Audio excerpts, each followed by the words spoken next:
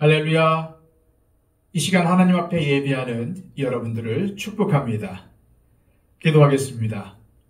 아버지 하나님, 오늘 하루도 하나님께서 동행해 주시며 우리의 삶을 주관하여 주시고 또한 우리를 지켜주심을 감사합니다.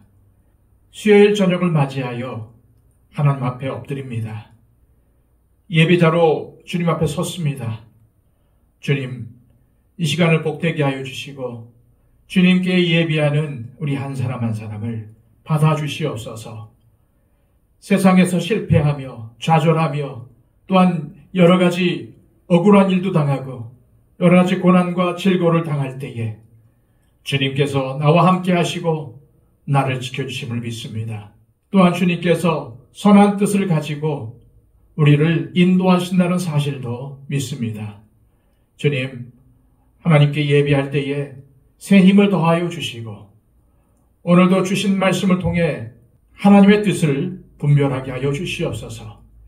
그리하여 이 땅에서 당당한 하나님의 자녀로 살아갈 수 있도록 역사하여 주시옵소서.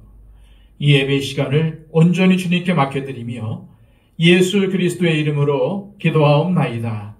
아멘. 다 함께 찬송가 382장 찬양 드립니다.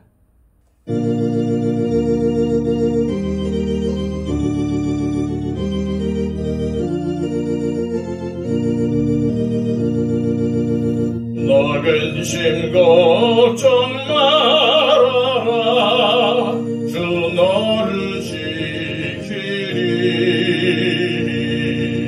주 날개 밑에 거하라. 주 너를 지키리. 주 너를 지키리. 아무 어디서나 주 너를 지키리. 늘 지켜주시리.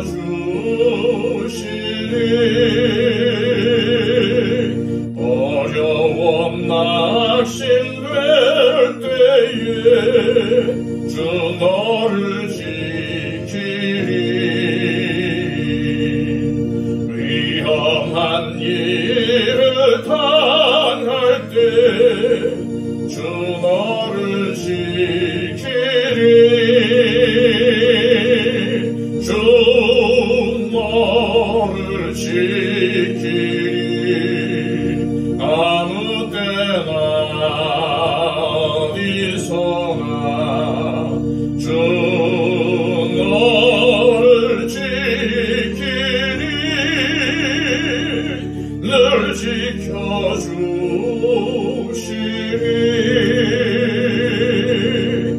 낯을 건 미리 아시고 주 너를 지키리. 구하는 것을 주시며 주 너를 지키리.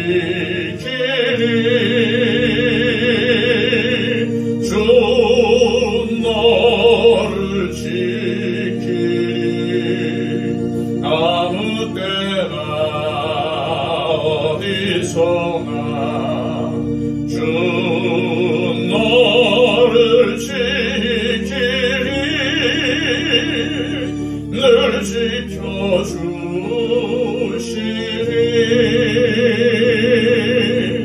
어려운 시험 당해도 주 너를 지키리. 구주의 품에 거하라. 주 너를 지키리. 주 너를 지키리. 아무 때나 어디서나 주 너를 지키리. 늘 지켜주시니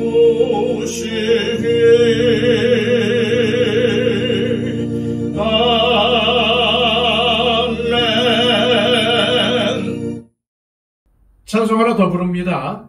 찬송가 336장입니다.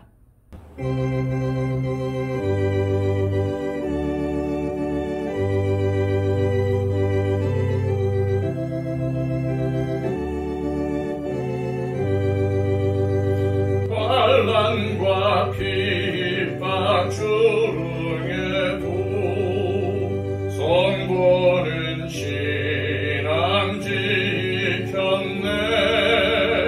이 신앙 생각할 때에 기쁨이 충만하도다. 성도의 신앙 따라서 죽도록 충성하겠네. 옥중에 매인 성도나 양심은 자유 얻었네. 우리도 고난 받으면 주로도 영광 되도다. 성도의 신앙 따라서 죽도록 충성하겠네. 성도의 신앙 본받아 원수도 사랑하겠네. 인자한 언어 행실로 이 신앙 전파하리라. 성도의 신앙 따라서 죽도록 충성하겠네.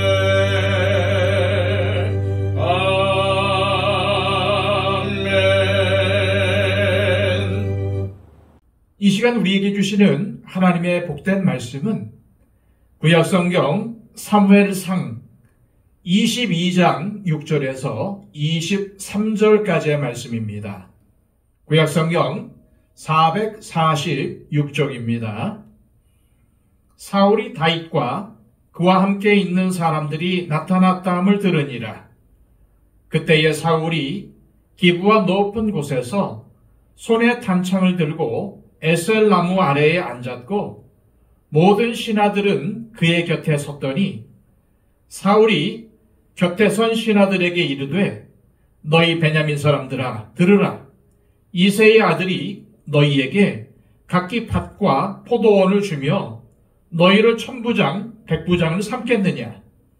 너희가 다 공모하여 나를 대적하며 내 아들이 이새의 아들과 맹약하였으되 내게 고발하는 자가 하나도 없고 나를 위하여 슬퍼하거나 내 아들이 내 신하를 선동하여 오늘이라도 매복하였다가 나를 시려하는 것을 내게 알리는 자가 하나도 없도다 하니 그때에 에돔 사람 도액이 사울의 신하 중에 섰더니 대답하여 이르되 이새의 아들이 노베 와서 아히두베의 아들 아히멜렉에게 이른 것을 내가 보았는데 아히멜렉이 그를 위하여 여호와께 묻고 그에게 음식도 주고 블레셋 사람 골리앗의 칼도 주도이다.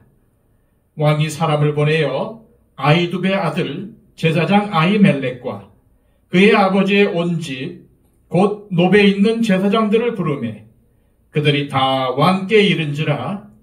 사울이 이르되 너 아히두베의 아들아 들으라.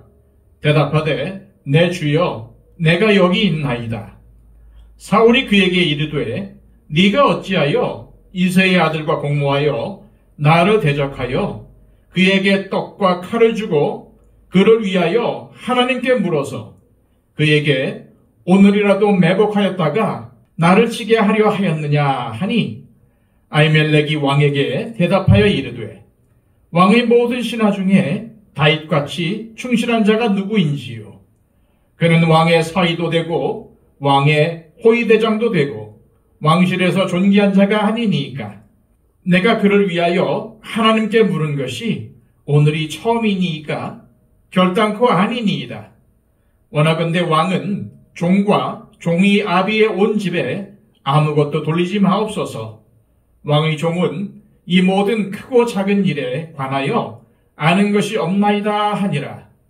왕이 이르되 아히멜렉아 네가 반드시 죽을 것이요 너와 네 아비의 온 집도 그러하리라 하고 왕이 좌우의 호위병에게 이르되 돌아가서 여호와의 제사장들을 죽이라. 그들도 다윗과 합력하였고 또 그들이 다윗이 도망한 것을 알고도 내게 알리지 아니하였음이니라 하나 왕의 신하들이 손을 들어 여호와의 제사장들 죽이기를 싫어한지라. 왕이 도액에게 이르되 너는 돌아가서 제사장들을 죽이라 하매 에돔 사람 도액이 돌아가서 제사장들을 쳐서 그날에 세마포 에봇 입은 자 85명을 죽였고 제사장들의 성읍 노벤 남녀와 아이들과 젖 먹는 자들과 소와 나귀와 양을 칼로 쳤더라. 아이드의 아들 아히멜렉의 아들 중 하나가 피하였으니 그의 이름은 아비아달이라. 그가 도망하여 다윗에게로 가서 사울이 여호와의 제사장들을 죽인 일을 다윗에게 알림해 다윗이 아비아달에게 이르되 그날에 에돔 사람 도액이 거기 있기로 그가 반드시 사울에게 말할 줄 내가 알았노라. 네 아버지 집에 모든 사람 죽은 것이 나의 탓이로다. 두려워하지 말고 내게 있으라. 내 생명을 찾는 자가 네 생명도 찾는 자니 네가 나와 함께 있으면 안전하리라 하니라. 아멘. 인간의 역사가 기록된 이래로 지금까지 이 세상에는 크고 작은 사건과 사고가 계속해서 일어나고 있으며 비극적인 일들도 수도 없이 일어나고 있습니다. 최근에는 비행기 사고가 자주 일어나고 있는데 지난해 12월 29일 발생한 무한공항 참사로 탑승자 181명 중 179명이 목숨을 잃었으며 올해 1월 29일에는 미국의 로널드 레이건 공항에서 64명이 탄 항공기와 미 육군 헬리콥터가 공중에서 정면 충돌하여 항공기 승객 64명과 헬리콥터에 탄 군인들이 모두 숨지는 비극이 발생했습니다. 특히 무한공항 참사로 숨진 승객 중에는 지난 5월에 결혼식을 올린 신혼부부, 팔순을 맞아 가족 여행 중이었던 일가족 9명, 대학 합격 축가 여행 중이었던 예비 대학생, 희귀병을 앓고 있는 자녀를 돌보느라 평생 여행을 못했는데 겨우 맡기고 여행을 떠났던 60대 부부가 있어서 많은 사람들이 안타까워했습니다. 이런 비참한 일들이 일어나면 사람들은 이렇게 말합니다. 하나님이 계신다면 왜 이런 끔찍한 일이 일어날까? 그리고 하나님이 계신다면 왜 이런 비극적인 일이 일어나게 내버려 두시나? 그런데 오늘 본문에도 비극적인 사건이 나옵니다. 노베에 있는 성막에서 하나님을 섬기는 일을 감당하던 제사장들과 그들의 가족들이 학살당하는 참혹한 일이 발생한 것입니다. 다른 사람도 아니고 하나님을 섬기는 제사장들이 끔찍한 죽임을 당할 때 하나님은 도대체 어디에 계셨으며 왜 막아주지 않으셨을까요? 우리는 지난 시간 묵상한 본문을 통해서 아둘람 동굴에 있는 다윗에게 사람들이 몰려든 것을 보았습니다. 그런데 얼마 후 다윗은 선지자 갓의 조언을 따라 유다 땅으로 들어갔고 이 소식은 사울에게 즉시 보고됩니다. 6절 7절입니다. 사울이 다윗과 그와 함께 있는 사람들이 나타났다 함을 들으니라. 그때에 사울이 기브아 높은 곳에서 손에 단창을 들고 에셀나무 아래에 앉았고 모든 신하들은 그의 곁에 섰더니 사울이 곁에 선 신하들에게 이르되 너희 베냐민 사람들아 들으라. 이새의 아들이 너희에게 각기 밭과 포도원을 주며 너희를 천부장 백부장을 삼겠느냐. 사울은 손에 단창을 들고 앉아서 곁에 선 베냐민 지파 출신 신하들에게 지역 감정을 부추기는 말을 합니다. 사울도 베냐민 지파 출신이기에 자기의 혈육인 베냐민 지파 출신 측근들에게 지역 감정을 일으키는 말을 하는 것입니다. 왜 그랬을까요? 아마도 사울은 그들이 이새의 아들, 즉 다윗과 내통한다고 생각했거나 혹은 앞으로 내통할지도 모르는 상황을 미리 차단하기 위해 경고한 것입니다. 하지만 이것은 사울의 피해망상일 뿐입니다. 그런데도 사울은 더욱 확신에 찬 말투로 그들이 다윗과 공모해서 자신을 대적하고 있다고 주장합니다. 8절입니다. 너희가 다 공모하여 나를 대적하며 내 아들이 이새의 아들과 맹약하였으되 내게 고발하는 자가 하나도 없고 나를 위하여 슬퍼하거나 내 아들이 내 신하를 선동하여 오늘이라도 매복하였다가 나를 치료하는 것을 내게 알리는 자가 하나도 없도다 하니. 이것은 정말 심각한 피해망상증입니다.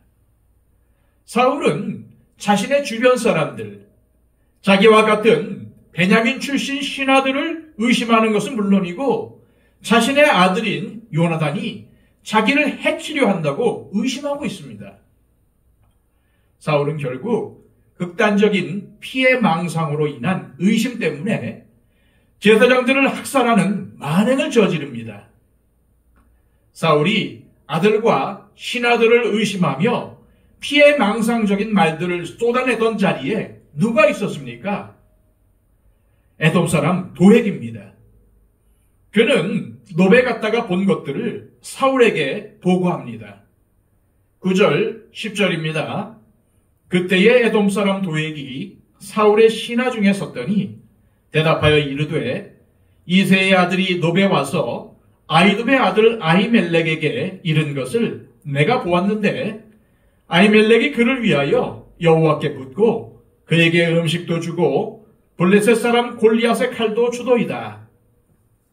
도액은 노베 제사장인 아히멜렉이 다윗을 위해 하나님께 묻고 나서 그에게 먹을 것도 주고 블레셋 사람 골리앗의 칼도 주었다고 사울에게 일러 바칩니다. 노베 제사장 아히멜렉이 다윗에게 제사장만 먹을 수 있는 진설병을 준 것은 사실입니다. 또한 블레셋 사람 골리앗의 칼을 준 것도 사실입니다. 하지만 아히멜렉이 다윗을 위하여 여호와께 물어보았다는 것은 도액이 지어낸 말입니다. 물론 아히멜렉이 다윗을 위해 기도해 주었을 수는 있습니다. 그러나 성경에는 나오지 않지요. 따라서 이 도액의 말은 어떠한 정치적인 의도도 없이 일어났던 다윗과 아히멜렉의 만남을 의도적인 반역으로 몰아가려는 그러한 의도로 한 말입니다. 도액이 누구입니까?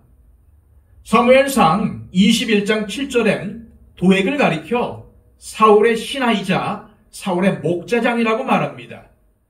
사울의 최측근으로 사울의 가축들을 돌보던 자였다는 말입니다. 그런 그가 하필 다윗이 높제사장 아히멜렉에게로 왔던 그날 바로 그 자리에 있었습니다. 그리고는 갑자기 등장한 다윗을 보고 그의 일거수일투족을 세심하게 관찰했습니다. 왜냐하면 자신의 주군인 사울이 죽이려고 찾는 사람이었기 때문입니다. 우연치고는 참 안타까운 일입니다. 이처럼 도액은 노베의 성소에 있다가 다윗이 제사장 아히멜렉에게 떡을 얻어먹는 것도, 골리앗의 칼을 받아들고 나가는 것도 다 보았습니다. 하지만 자신이 1대1로 감히 다윗에게 맞설 수 있는 실력이 아니었기 때문에 비굴하고 음흉하게 뒤에서 가만히 있었습니다. 그런데 이제는 사울왕에게 그것을 보고한 것입니다.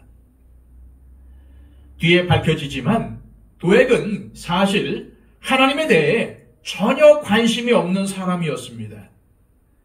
그는 정치적인 사람이었고 자신의 유익만을 따라 사는 사람이었습니다. 그날 성소에 있기는 했지만 도액은 어떤 정치적인 목적을 위해 그 종교적인 장소에 왔던 것이 분명합니다.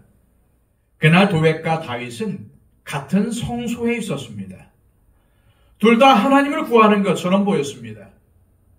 그러나 도액의 동기는 완전히 달랐습니다. 도액이 정말로 하나님을 예배하는 사람이었다면 수많은 사람들, 그것도 하나님을 섬기는 제사장들과 그들의 가족들을 죽이는 그러한 끔찍한 일을 저지를 수 없었을 것입니다. 요즘식으로 말하면 도액은 이름뿐인 교인이라고 할 수 있습니다.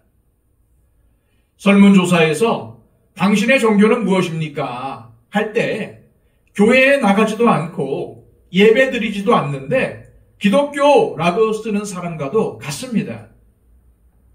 도액은 원래 성소에 올 사람도 아니고 거기서 하나님을 묵상하며 예배할 사람도 아닙니다. 사실 예배하는 때보다는 예배를 안 하는 때가 훨씬 더 많은 사람입니다. 어쩌다 한 번 오는데 그 한 번이 바로 다윗이 온 그날이었던 것입니다. 그런데 그날 성소에서 다윗을 보았고 또 다윗이 하는 일들을 다 보았습니다. 그때 도액이 어떻게 생각을 했겠습니까? 다윗을 만나다니 내가 정말 운이 좋구나. 그리고 더 나아가서 이렇게 생각했을 겁니다. 하나님이 나를 도우시는구나. 지금 하나님이 싫어하시는 악을 행하는 사람이 자신의 일이 잘 풀리는 상황을 보면서 하나님이 자기를 도와주신다고 생각하는 겁니다. 사울도 나중에 똑같은 말을 합니다. 하나님이 나를 도우시는구나. 다윗을 잡게 되니까 하나님이 나를 도와주신다고 생각을 한 것입니다. 악을 행하면서도 하나님이 도와주신다고 생각을 했던 것입니다. 사울의 궁전으로 돌아간 도액은 기회만 노리고 있었는데 기회가 곧 찾아옵니다. 사울이 신하들에게 다윗이 광야에 있다는 사실을 왜 아무도 보고하지 않았느냐고 부통을 터뜨리면서 자기 신하들을 다윗과 내통하는 자들이라고 몰아붙입니다. 심지어 자기 아들 요나단까지도 자기를 죽이려 한다고 막 나가고 있습니다. 바로 이때 기회주의자였던 도액이 이 기회를 붙듭니다. 그래서 자기가 실제로 본 것에다 약간의 말을 덧붙여서 다윗이 그곳에 도움을 구하려 왔었고 아히멜렉이 그에게 도움을 주었다고 사울에게 보고합니다. 사실 자신이 이런 말을 하면은 다윗을 죽이기 위해 혈안이 된 사울 앞에서 아히멜렉과 제사장들이 위험에 처하게 될 것은 너무나도 뻔하지 않습니까? 그러나 도액은 전혀 개의치 않습니다. 제사장들이 죽든 말든 나만 잘 되면 된다. 나만 출세하면 된다라고 거기에만 초점이 맞춰져 있습니다. 다른 사람이 어떻게 되든지는 전혀 관심이 없습니다. 자신의 출세를 위해서는 아무렇지도 않게 행동합니다. 더 나아가 제사장들과 가족들을 죽이는 것도 서슴지 않는 잔혹함을 보여줍니다. 이 사건은 3000년도 훨씬 넘는 아주 오래된 옛날에 일어났던 사건입니다. 하지만 인간은 그때나 지금이나 동서고금을 막론하고 똑같다는 것을 알 수 있습니다. 요즘도 이러한 잔혹한 사건들이 얼마나 많이 일어나고 있습니까? 그런데 자신 스스로가 바로 내가 도액 같은 사람이구나 라고 생각하는 사람은 거의 없을 것입니다. 하지만 과연 우리에게 도액과 같은 면이 없을까요? 나 자신의 유익을 위해서 다른 사람의 약점을 들춰내거나 입 밖으로 말해서 피해를 입힌 적이 없느냐는 겁니다. 도액도 하나님을 예배하는 자리에 있었습니다. 하지만 하나님을 예배하는 자리에 있다는 것이 나 자신을 예배자로 만들어주는 것은 아닙니다. 몸만 와 있다고 되는 것이 아니라는 말입니다. 몸은 와 있는데 생각은 다른 데 가 있을 수도 있습니다. 몸은 물론 마음을 들여 하나님을 경배하는 것이 바로 예배입니다. 그리고 교회에 다니는 것이 그저 내 유익만을 위한 것이라면, 유익이 있으면 오고 유익이 없으면 안 온다면 바로 그것이 도액과 같은 마음입니다.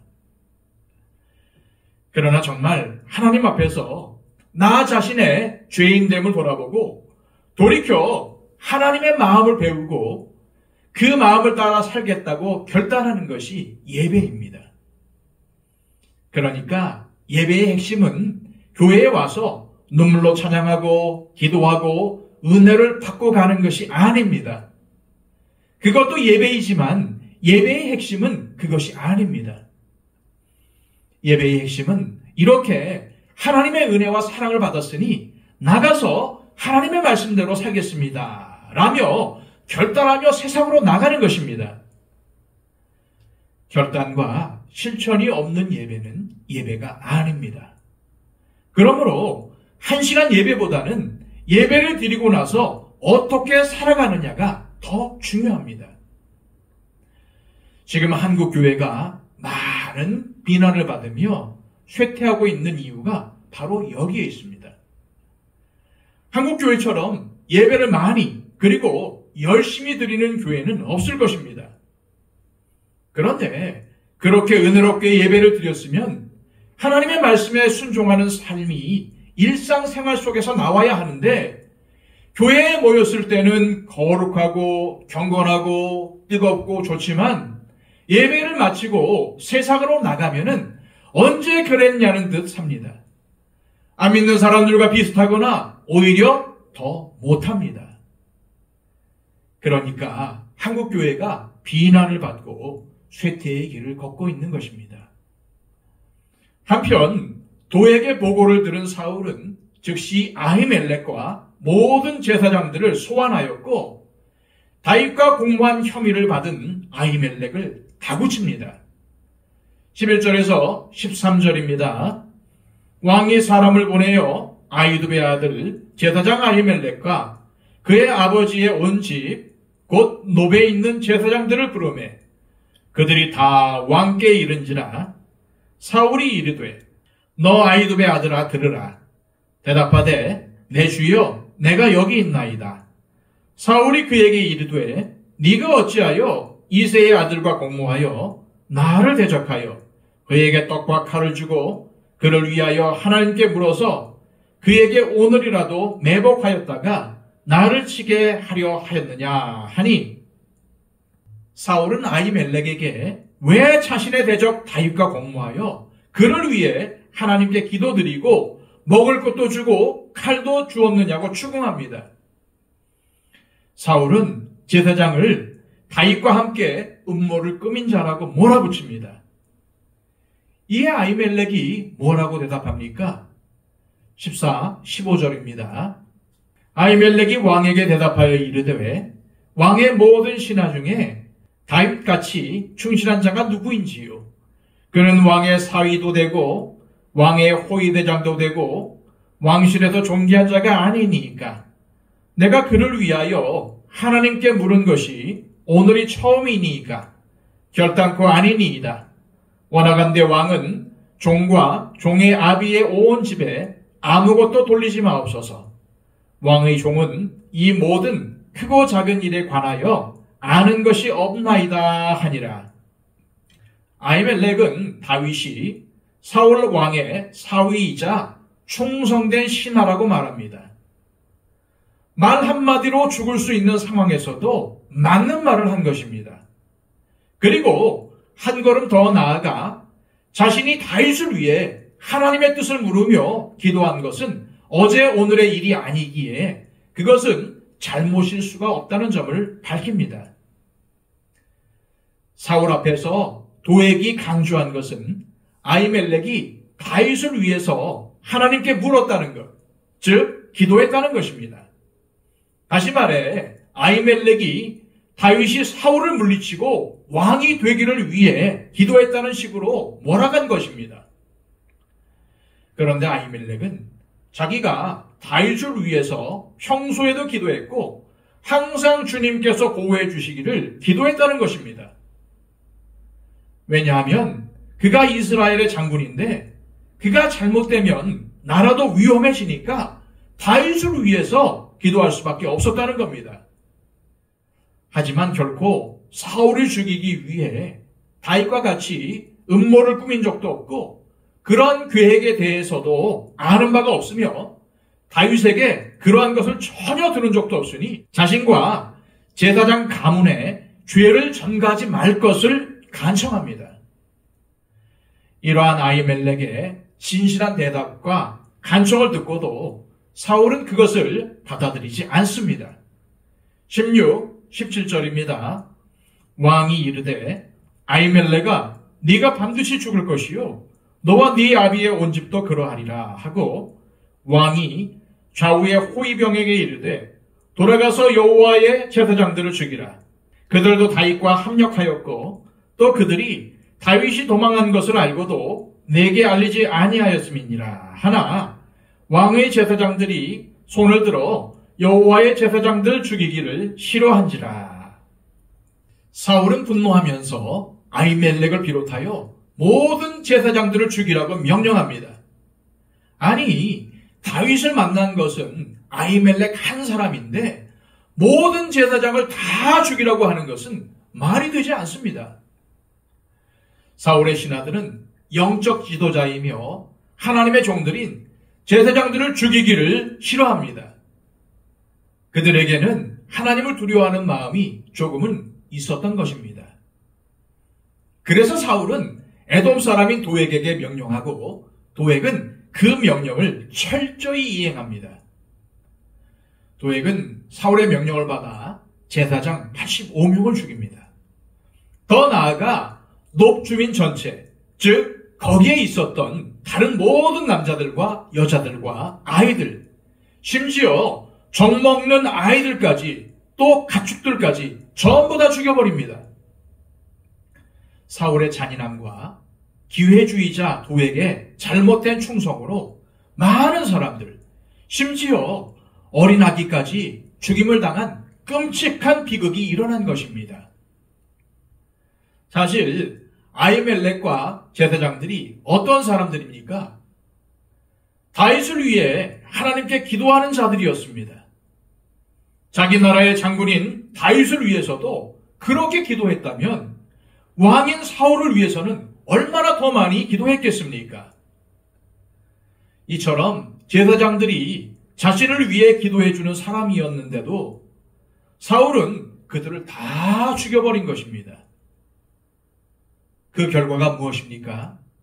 이제는 자신을 위해 기도해주는 사람이 아무도 없다는 것입니다. 이 얼마나 비극입니까? 자기를 위해서 기도해주는 사람이 없는데 어떻게 사울이 승리의 삶을 살 수가 있었겠습니까? 망하는 사람의 특징이 바로 이렇습니다.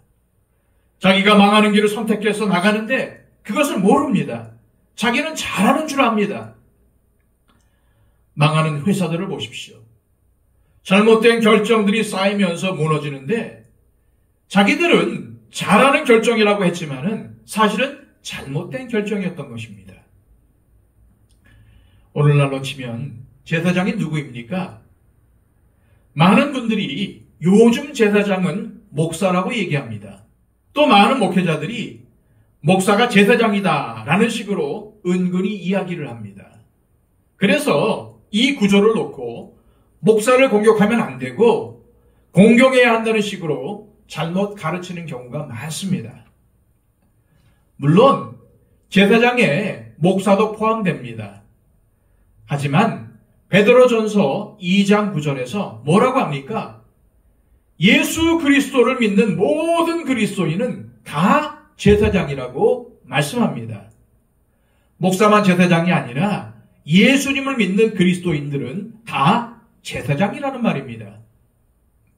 그렇다면 제사장이 무엇을 하는 사람입니까? 하나님과 인간 사이에서 중재 역할을 하는 사람이 바로 제사장입니다. 사람들의 필요를 하나님께 올려드리고 하나님의 은혜를 사람들에게 전달해주는 중간 역할을 하는 사람들입니다. 그 제사장의 대표가 바로 예수님이십니다. 예수님은 우리의 죄를 용서하시고 우리를 하나님 나라에 들어가게 해주신 분이십니다. 그런데 우리도 제사장이라고 했습니다. 이 땅에 살면서 하나님의 은혜를 다른 사람들에게 나누어 주고 또 다른 사람들의 어려움과 필요를 하나님께 기도로 올리며 하나님 아무개를 도와주십시오 하는 사람이 바로 제사장입니다. 다른 사람들을 품고 이 세상을 품고 하나님께 기도하는 제사장이 바로 저와 여러분들임을 기억하시길 바랍니다. 그래서 우리는 서로가 서로에게 제사장의 역할을 하는 것입니다. 다시 말해서 서로를 위해서 중보 기도를 해주어야 합니다. 그러므로 나를 위해 하나님께 기도하는 사람을 죽여서는 안 되는 것입니다. 그럼 나를 위해서 기도해 줄 사람이 없어지는 거예요. 내가 다른 형제자매를 향하여 뒤에서 욕을 하거나 험담을 하는 것이 바로 그 사람을 죽이는 행위입니다. 왜냐하면 예수님은 그런 행동을 마음으로 살인한 것이라고 보시기 때문입니다. 따라서 우리가 다른 사람들이 안 보는 데서 해야 할 것은 험담이나 욕이 아닙니다. 그 사람을 향한 칭찬과 기도입니다. 그 누군가가 나를 위해서 기도해 준다는 것은 정말 감사한 일입니다. 하지만 나를 위해서 기도해 주는 사람이 없다면 그것이야말로 정말 불행한 일입니다. 그런데 중요한 것은 내가 다른 사람들을 위해서 기도할 때에 그 누군가가 나를 위해 기도해 준다는 사실입니다. 계속해서 20절, 21절입니다. 아히두베의 아들 아히멜렉의 아들 중 하나가 피하였으니 그의 이름은 아비아달이라. 그가 도망하여 다윗에게로 가서 사울이 여호와의 제사장들을 죽인 일을 다윗에게 알림해. 제사장들에 대한 학살이 벌어지던 때에 아히멜렉의 아들 중 아비아달 한 사람만이 간신히 도망쳐서 다윗에게 이 사실을 보고합니다. 그러자 다윗은 자신이 아히멜렉을 비롯한 제사장들의 죽음에 빌미를 제공했다는 사실을 인정하면서 아비아달을 보호해 주겠다고 그를 안심시킵니다. 22, 23절입니다. 다윗이 아비아달에게 이르되 그날에 에돔 사람 도액이 거기 있기로 그가 반드시 사울에게 말할 줄 내가 알았노라. 네 아버지의 집에 모든 사람 죽은 것이 나의 탓이로다. 두려워하지 말고 내게 있으라. 내 생명을 참는 자가 네 생명도 참는 자니 네가 나와 함께 있으면 안전하리라 하니라. 높 제사장들의 학살을 총주의한 에돔 사람 도액은 다윗의 생애에 가장 큰 분노를 일으킨 최고의 악인이었습니다. 다윗이 도액 때문에 지은 시가 바로 시편 52편입니다. 시편 52편은 최고의 악인이 저지른 악행에 대한 다윗의 신앙적인 대답입니다. 엄청난 비극이나 끔찍한 사건이 터질 때마다 사람들이 하는 도대체 그때 하나님은 어디에 계셨는가? 왜 막지 못하셨는가에 대한 답이라고도 할 수 있습니다. 시편 52편에는 에돔 사람 도액이 사울에게로 가서 다윗이 아히멜렉의 집에 와 있다고 알렸을 무렵에 다윗이 지은 시라는 표제가 붙어 있습니다. 시편 52편에서 다윗은 이렇게 노래합니다. 포악한 자여, 네가 어찌하여 악한 계획을 스스로 자랑하는가? 하나님의 인자하심은 항상 있도다. 네 혀가 심한 악을 꾀하여 날카로운 삭도같이 간사를 행하는도다. 네가 선보다 악을 사랑하며 의의를 말함보다 거짓을 사랑하는도다. 간사한 혀여, 너는 남을 해치는 모든 말을 좋아하는도다. 그런즉 하나님이 영원히 너를 멸하심이여 너를 붙잡아 네 장막에서 뽑아내며 살아있는 땅에서 네 뿌리를 빼시리로다. 의인이 보고 두려워하며 또 그를 비웃어 말하기를 이 사람은 하나님을 자기 힘으로 삼지 아니하고 오직 자기 재물의 풍부함을 의지하며 자기의 악으로 스스로 든든하게 하던 자라 하리로다. 그러나 나는 하나님의 집에 있는 푸른 감람나무 같음이여 하나님의 인자하심을 영원히 의지하리로다. 주께서 이를 행하셨으므로 내가 영원히 주께 감사하고 주의 이름이 선하심으로 주의 성도 앞에서 내가 주의 이름을 사모하리이다. 이 시편에는 노베 제사장들을 다 죽인 도액의 만행에 대한 다윗의 분노가 잘 나타나 있습니다. 도액을 가리켜 포악한 자, 날카로운 삭도, 간사한 혀라고 묘사하면서 하나님을 자기의 피난처로 삼지 않고 자신이 가진 많은 재산만을 의지하며 자기의 폭력으로 힘을 쓰던 자라고 표현합니다. 다윗은 하나님께서 이러한 악인을 멸하시고 땅에서 뿌리 뽑아 버리실 것을 확신하며 노래합니다. 그에 반해 자신은 하나님의 집에 있는 푸른 감람나무 같다고 묘사합니다. 푸른 감람나무는 싱싱한 올리브 기름을 만드는 나무로서 하나님을 언제나 신뢰하고 하나님을 의지하는 의인을 가리킵니다. 다윗은 이처럼 자신이 겪은 사건들이나 의인 또는 악인들의 행동을 보고 신앙을 배우고 지혜를 깨달으며 믿음의 사람으로 성장했습니다. 또한 다윗은 권력과 재물을 의지하는 도액의 길은 반드시 망할 것을 믿으면서 자신 때문에 학살당한 노 제사장들의 죽음을 애도합니다. 하나님의 구원 역사에는 이처럼 애매하고 무고한 희생이 꽤 많이 벌어집니다. 도액에게 희생당한 노 제사장들처럼 말입니다. 하지만 이처럼 끔찍한 비극은 결코 하나님의 뜻이 아닙니다. 이것은 악한 자들이 일으키는 일입니다.